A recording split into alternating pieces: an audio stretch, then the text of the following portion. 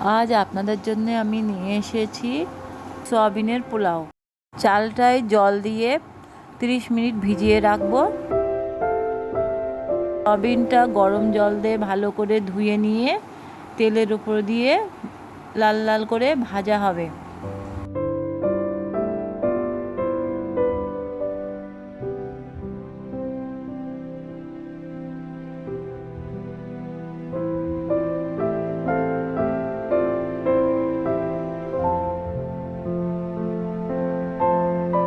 সয়াবিনের ওপর একে একে লবণ হলুদ দিয়ে সয়াবিনটা ভাজা হবে। একটু গুঁড়ো ঝালও দিয়ে দেবেন।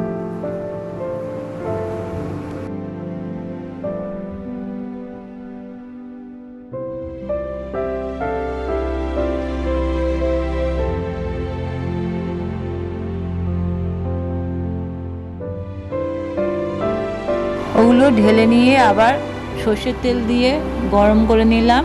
সর্ষের তেলটা গরম করার ফলে লবঙ্গ এলাচ দিয়ে তারপরে পেঁয়াজ দিলাম।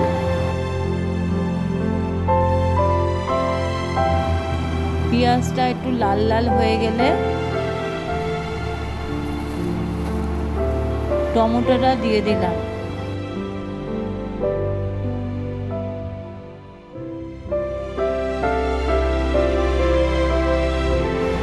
তারপর কাঁচা লঙ্কা, সরু যে কাঁচা লঙ্কাগুলো সেগুলো কেটে কেটে দিলাম। আদা রসুন বাটা দিলাম। বারবার করে নাড়াতে হবে। ভাজা সয়াবিনটাও তার উপরে দিয়ে দিলাম। এগুলো অনেকক্ষণ ধরে একটু কষতে হবে।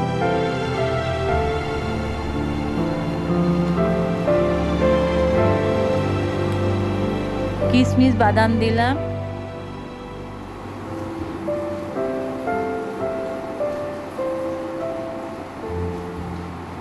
যত কষা হবে তত টেস্টি আসবে। লবণ দিলাম, হলুদ দিলাম, জিরে মরিচের গুঁড়ো, ধনের গুঁড়ো, একে একে যত মশলা বাড়িতে আছে মোটামুটি মিট মশলা সব কিছুই দিয়ে সয়াবিনটাকে কষতে হবে ভালো করে। একটু শুকনো লঙ্কা দিলে গুঁড়ো দিলেও ভালো হয়, কিন্তু আমরা ঝাল কম খাই বলে শুকনো লঙ্কা দেয়া হয়নি।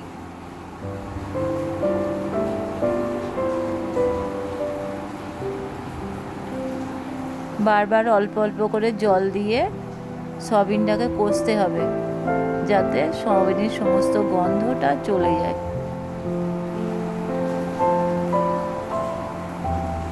আমি সর্ষের তেল দিয়েছি, আপনারা সাদা তেল দিয়ে বা ঘি দিয়েও রান্না করতে পারেন।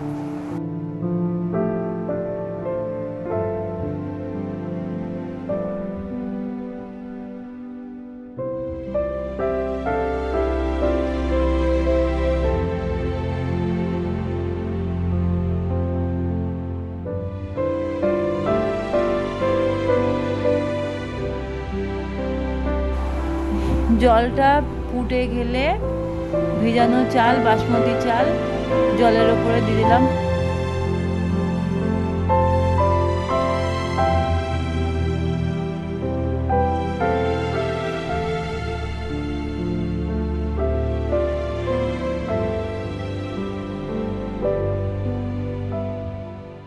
ভালো করে নাড়িয়ে আবার ঢেকে দিতে হবে।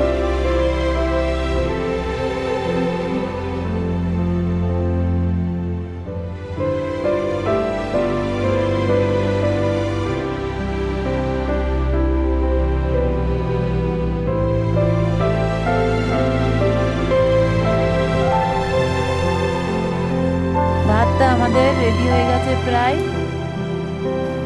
জলটা শুকিয়ে গেছে, তাই একটি তাওয়ার উপরে দিয়ে পেঁয়াজ বেরেস্তা করাটা দিয়ে দিলাম।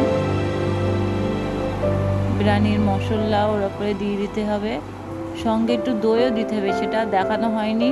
একটু টক দই দিলে ভালো হয়, পারলে আপনারা একটু রঙও দিয়ে দেবেন।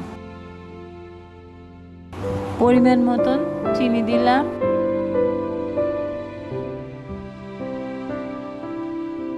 গোলাপ জল, কেওড়ার জল অল্প পরিমাণে ভাতের ওপরে দিলাম, যাতে সুন্দর স্বাদ আসে, গন্ধ আসে।